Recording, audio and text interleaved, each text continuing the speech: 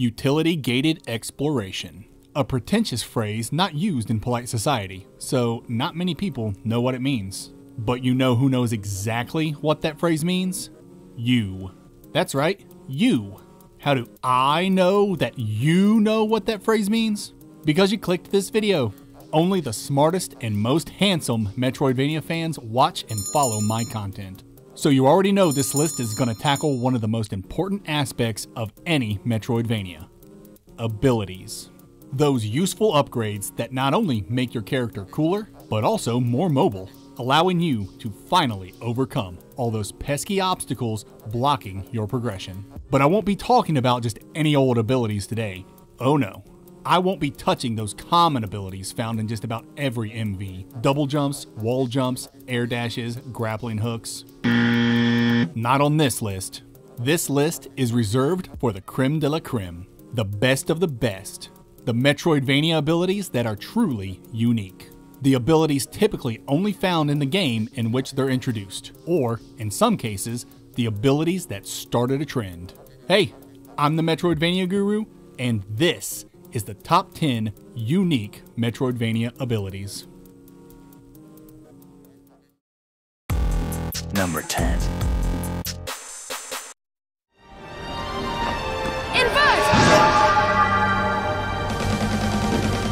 Who needs grappling hooks and double jumps when you can just turn the freaking world upside down? Inversion's a late game ability Miriam obtains by defeating whatever this is. A Pokemon? Seriously, Rotten has the worst bosses. Anyway, kill this thing and you can start making gravity your bitch. Inversion's not the most practical of abilities, as there's only maybe 2 places where you absolutely need to use it, but it's fun to just mess around with. Ha! Suck it, Valifar. Suck it. Just another terrible boss in a mediocre game. But at least Rotten can hold something over its much superior predecessor. Look at me, sure. Inversion! Everywhere's the upside down castle now. Number 9. Speaking of Rotten's superior predecessor,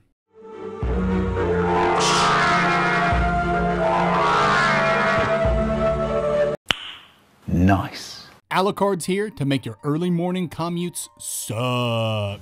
But what are you going to do about it? It's not like you can do anything once Alucard evaporates, and that's what makes Mist so cool. Invincibility at the press of a button. Not only does it give you the power to trivialize every enemy's attacks, but it also lets you seep in and out of hard to reach places blocked by pesky gates. A sweet evasion option and an interesting traversal ability. Mist would be absolutely broken if it was also an attack. Hold it!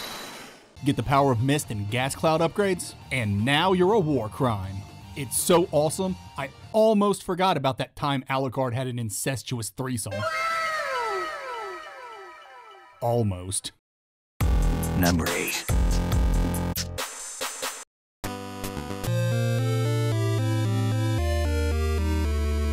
Is there anything more iconic than Samus's Morphball? Okay, maybe the screw attack is pretty iconic, but I don't think there's ever been public outcry for a game taking too long to introduce it. Plus, the screw attack's just a jump attack and needs the space jump to become truly great. The Morphball's great the moment you get it because it finally lets Metroid crawl, but it almost didn't make this list due to it being so iconic. Thanks to Samus's spherical form, it's now common that anytime you see a narrow passage in a Metroidvania, you know it's just a matter of time before you find a skill that'll get you in there. Sometimes it's a slide, sometimes you turn into a cat. Heck, sometimes you just straight rip Samus off and roll on through. But despite its commonness nowadays, Samus did it first when it wasn't even a thing. And that's good enough to get the Morphball on this list. If that ruffles your feathers, then pretend I said screw attack or something, then geez, I don't know. But it's really the Morphball. Number 7. Oh, me? I'm just hanging around.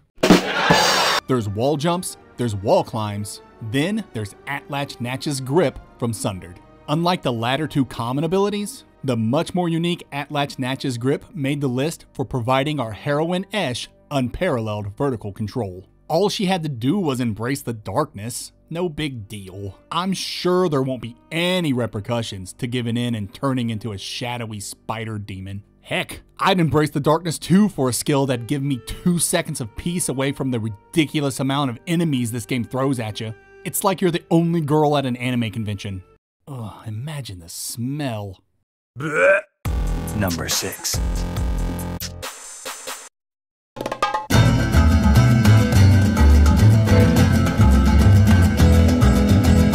It's not easy being the chosen one. Celebrity's tough to deal with in one world, let alone 2. But like a true luchador, Juan handles the burden with honor, humility, and grace. But dimension swapping isn't just so Juan can visit his adoring legions of dead fans. Swapping between dimensions helps him solve puzzles, overcome challenges, and participate in some remarkably difficult platforming you wouldn't expect from such a goofy game. Yet, as frustrating as some of these late game platforming sections are, they're always fun and utilize the dimension swapping mechanic to great effect. Everyone here should go out and purchase Guacamelee 1 and 2 immediately and experience the greatness that is Lucha Libre platforming. And no, I'm definitely not saying this because the Chicken Illuminati are forcing me to.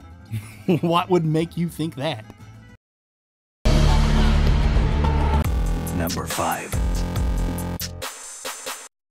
There's just something inherently rad about bow and arrows, especially when the arrows do nifty things outside of combat. Say like creating paths to run and climb on? That's exactly what the cloud shot from Islets does. Let loose your arrow and watch as its cloudy trail becomes a platform for our little mousy friend Iko to jump on. It's fun to use, super inventive, looks awesome, and the cloudy path is apparently so dense it can actually block incoming projectiles. What can I say? Iko likes his clouds like he likes his women. Number 4. Speaking of how rad bows and arrows are, the Crystal Arrow! With a game as long and hard as Aeterna Noctis, obtaining a new ability for the King of Darkness sometimes feels like the last thing you want. It's like, oh great, how are they gonna use this new mechanic to torture me this time? But I gotta say, I didn't feel that way with the Crystal Arrows. In fact, I was a little relieved. You're telling me I don't have to jump through all these spikes and precarious platforms anymore. I can just fire an arrow through all that bullshit and teleport to the other side? And at 360 degrees? This feels broken.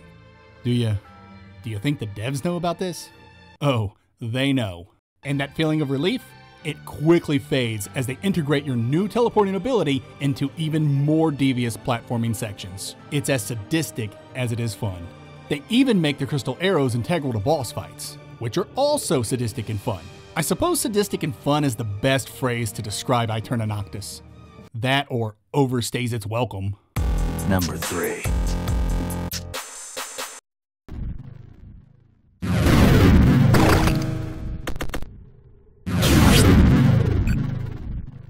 This entry almost feels like cheating. It's kinda a combination of Samus's Morphball and the King of Darkness's Crystal Arrows. The drone teleport's biggest difference is that it isn't just a mechanic, it's a marriage of 2 separate characters. You fire off the drone, go through a narrow passage, then teleport Trace to its location. The teleport can be a simple trip, or it can be done after a much longer adventure. And the drone teleport isn't just limited to narrow passage traversal. Trace can fire his drone buddy upward and swap places mid-air to create a unique twist on the super jump. This can lead to some interesting platforming or some insane speedrun strats. It's kind of a mind f***, but that's Axiom Verge for you. A mind f***. Number 2. Jetpacks are awesome. There's no debating that. And it's awesome when MVs use them. But not all MV jetpacks are equal. Some are used for hovering, others give temporary and slow flight. But some jetpacks are literally just bursts of speed in any direction. And these are the jetpacks I like best. Not only are they speedy and convenient, but they add to platforming rather than subtract from it. And as much as I love the jetpack from Environmental Station Alpha, the booster version 2.0 from Cave Story stole my heart first. Zipping through the air and doing your best to be mindful of how much zip you got left is as thrilling today as it was 20 years ago? Oh God, I'm old. Number 1.